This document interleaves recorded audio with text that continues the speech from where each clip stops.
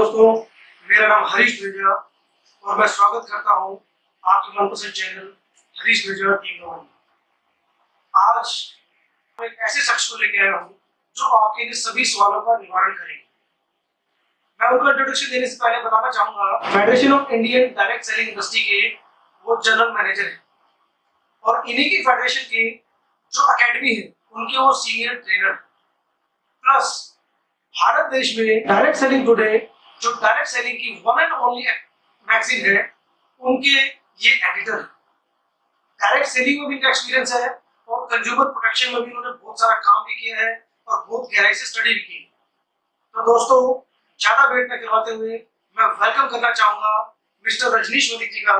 Sir, बहुत बहुत स्वागत है आपका। डायरेक्ट सेलिंग में भारत सरकार की भविष्य की क्या योजनाएं हैं, मतलब किस तरीके से देख रही है कि डायरेक्ट सेलिंग भारत सरकार में क्या ग्रोथ देना चाहता है? देखिए, डायरेक्ट सेलिंग और ई कॉमर्स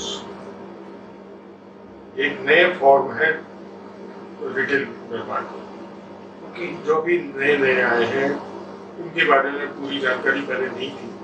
अब जब ये आए तो इनके फायदे और नफा नुकसान का पता चल रहा है। तो भारत सरकार ने पिछले 6-7 महीने से एक एक्सरसाइज शुरू किया कि ई कॉमर्स कंपनीज और डायरेक्ट सेलिंग के लिए रूल्स लेके गए।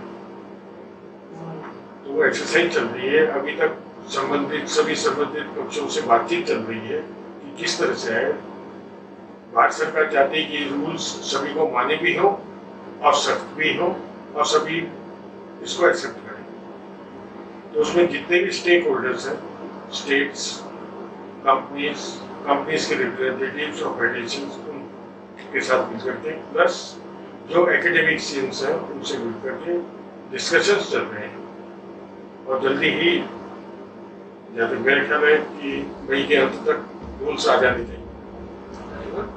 जब ये रूल्स आ जाएंगे, भारत सरकार ने एक कदम उठाया, डायरेक्ट कंज्यूमर प्रोटेक्शन एक्ट 2019 में ई कॉमर्स और डायरेक्ट सेलिंग को एक रिटेल व्यापार की मान्यता दी। अब अगला कदम है उनके लिए कानून बनाना, जो कानून ड्राफ्ट स्टेज पे है और इस महीने के आखिर तक आ जाना चाहिए। और जैसे आ जाएंगे तो कानून भी बन जाएगा। तो उसके बाद आप ये कह सकते हैं कि ये कानून द्वारा रेगुलेटेड इंडस्ट्री हो जाएगी। ये एक बड़ी खुशी की बात है मलिक साहब कि अगर कानून बनता है तो जितने डायरेक्ट सेलर हैं उनको इज्जत मिलती है। आज तक जो लोगों को देखिए, कानून से ही इज्जत नहीं मिलती। डायरेक्ट सेलिंग गाइडलाइंस थी तब भी इज्जत थी। नहीं, कहने का मतलब कि आज तक लोग क्या कहते आ रहे हैं कि भैया ये मतलब ठगी का काम है या 2 नंबर का काम है, खाली लोगों का काम है, क्योंकि अभी तक ये लीगलाइज नहीं हुई, क्योंकि अभी तक इसके ऊपर कानून नहीं बना। तो हम ये नहीं कह सकते भैया ये देखो जैसे बाकी सारी इंडस्ट्रीज हैं उस तरीके से इंडस्ट्रीज में, पर जैसे अगर इस पर लॉ आता है तो डेफिनेटली सी बात है एक इनर कॉन्फिडेंस लगातार बढ़ना शुरू हो जाएगा। देखिए, लीगल काम करने के लिए पहले भी इसको मान्यता थी। इलीगल काम करने वाले अब कानून आने के बाद भी करेंगे, तो क्राइम नहीं होते हैं। तो क्रिमिनल कंपनीज भी आएंगी, अब भी आएंगी। ओके, इसको कौन रोक सकता है? किसी को क्राइम करने से आप रोक सकते हैं? नहीं, क्रिमिनल कंपनीज आएंगी पर वो कंज्यूमर प्रोटेक्शन एक्ट के अकॉर्डिंग रजिस्टर्ड नहीं होंगे, लिस्टेड नहीं होंगी, तो फिर वो वर्क कैसे करेंगे सर? नहीं कर पाएंगी। जब तक पकड़ी नहीं जाती तब तक करेंगी। आप उनको आने से तो नहीं रोक सकते। तो ये तो कंज्यूमर को अवेयरनेस रखनी चाहिए। कंज्यूमर को, डिस्ट्रीब्यूटर को, डायरेक्ट सेलर को अवेयरनेस रखनी चाहिए कि वो इलीगल कंपनी जिनके प्लान्स इलीगल है उनको नहीं ज्वाइन करें। जब वो नेटवर्क ही नहीं उनका बनेगा तो चलेगी बात। सही बात है। और जैसे भविष्य के बारे में बात करता हूँ कि आज की डेट में भारत देश में टर्नओवर कितना होगा आपके हिसाब से? देखिए, इस वक्त जो टर्नओवर है डायरेक्ट सेलिंग में, एक जो लिस्टेड कंपनीज और नॉन लिस्टेड कंपनी, लगभग सबका दोनों पक्षों का बराबर सा है। तो आइडिया सर कितना? लगभग 13,000 करोड़ का टर्नओवर है 2018-19 में। ओके, तो 13,000 करोड़ का अनलिस्टेड कंपनीज का भी होगा, तो ये 26,000 करोड़ का। तो फ्यूचर में आपको क्या संभावना दिखती है भारत के अंदर? डायरेक्ट सेलिंग को बढ़ावा मिलेगा।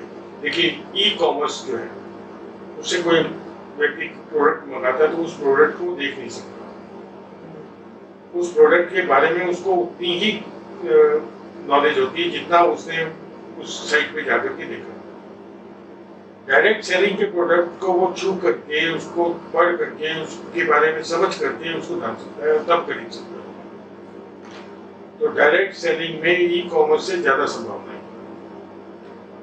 ओके, ये तो बहुत अच्छी बात है सर, बहुत खुशी की बात है। तो डायरेक्ट सेलिंग जो है वो एक 1-to-1 है। तो सरकार एज ए और अभी तक ई कॉमर्स में धोखाधड़ी होती रही है कि आपने मोबाइल फोन मंगाया, उसमें ईंट का पत्थर आ गया। तो इसलिए पॉसिबल है क्योंकि वो आपने प्रोडक्ट देखा नहीं, आपने एक प्रोडक्ट मंगाया, आपका बी प्रोडक्ट आ गया। आपने खोल दिया, आपके पास कोई विटनेस नहीं है कि वो प्रोडक्ट उसी ई कॉमर्स कंपनी से आया, तो आपको कुछ नहीं मिलेगा। लेकिन जब आप डायरेक्ट किसी से मिलते हैं और उसको ग्राहक बनाते हैं, उसको देते हैं, तो उससे आपका परिचय होता है, या तो पहले से होता है या जब वो आप उसको उतना नेटवर्क पे बनाते हैं तब होता है। तो उस आदमी के पास, उस ग्राहक के पास में अपने समस्या का हल करने के लिए एक व्यक्ति है जिससे वो मिलकर के समस्या का हल कर देता है। वो बॉम्बे जाना उसके लिए जरूरी नहीं। अगर यही ई कॉमर्स कंपनी बॉम्बे में है तो उसको अपनी समस्या का हल करवाने के लिए उस बॉम्बे की कंपनी के पीछे पड़ना है। तो डायरेक्ट सेलिंग में अपार संभावना है। नहीं, टर्नओवर वाइज आप क्या संभावना मानते हैं इसकी? अगर डायरेक्ट सेलिंग का अगले 5 साल में, अगर 10 साल में, 5 साल में 4 गुना हो जाना चाहिए। 5 साल में 4 गुना, मतलब लिस्टेड कंपनी को जो 13,000 का टर्नओवर है वो लगभग 52,000 करोड़ हो जाएगा, मतलब एज पर आपकी एक्सपेक्टेशन। जी, ये एज पर कोई डाटा भी यही कहता है कि जिस लगभग अभी जो डायरेक्ट सेलिंग कंपनी है वो 13% के हिसाब से सालाना बढ़ रही है। लेकिन अब ये जो कोविड-19 का जो आया है, इससे डायरेक्ट सेलिंग से वस्तुएं बेचना ज्यादा आसान हो गया। अब देखिए कोविड-19 में होम डिलीवरी की सुविधा शुरू कर दी है गवर्नमेंट। डिस्टेंसिंग की वजह से होम डिलीवरी ज्यादा अट्रैक्टिव हो गई है। मार्केट्स जो है वो मॉल्स वगैरह को बंद किया जा रहा है, जहाँ गैदरिंग होती है वो सब जगह बंद की जा रही है और कई सालों तक बंद रहेंगी। लाइफस्टाइल चेंज हो जाएगी, शॉपिंग हैबिट्स चेंज हो जाएगी।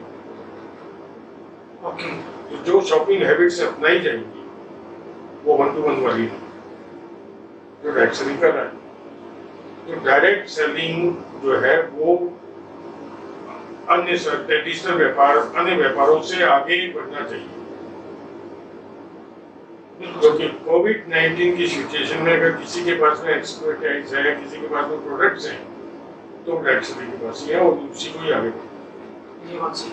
तो मेरा अंदाजा है कि 13% से 25% जंप करेगा, 25% ग्रोथ होनी चाहिए डायरेक्ट सेलिंग की पर ईयर।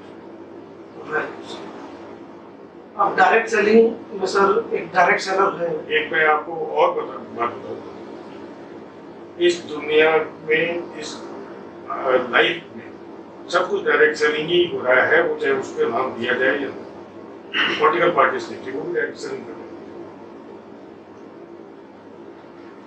गांधी जी थे, वो टॉप लीडर थे, उन्होंने दो डाउनलाइन बनाई, एक राइट एक लेफ्ट, सरदार वल्लभ भाई पटेल और जवाहरलाल नेहरू। उसके बाद उन्होंने अपनी टीम आगे बढ़ाई। आज जितने भी लोग हैं वो उन्हीं लीडरों की टीम से।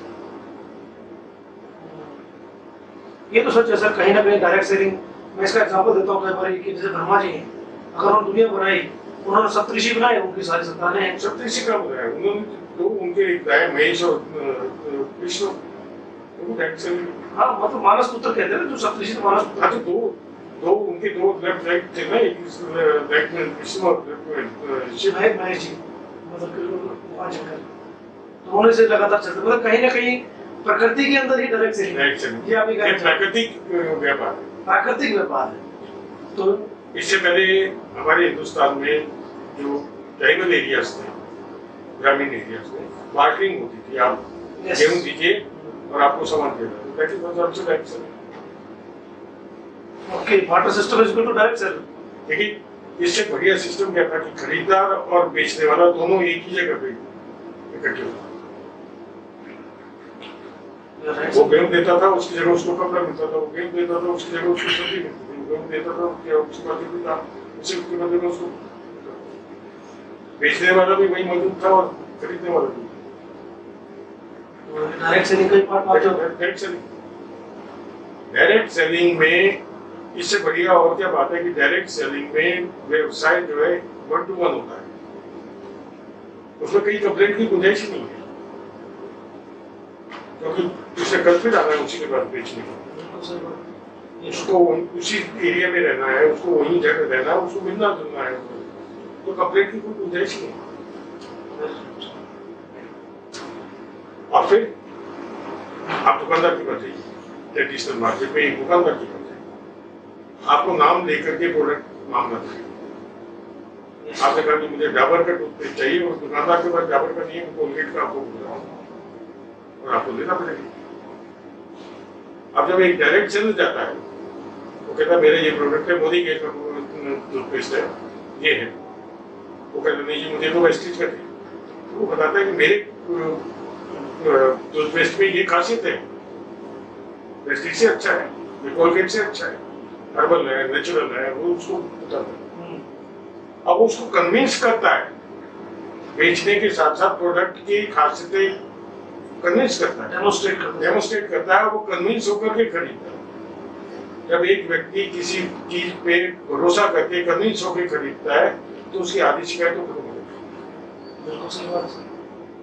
अब वो दुकानदार की दी हुई चीज खरीदता है तो उसको डाउट रहता है ये अच्छा होगा या नहीं होगा, इसमें तो डाउट पर कोई बात ही नहीं।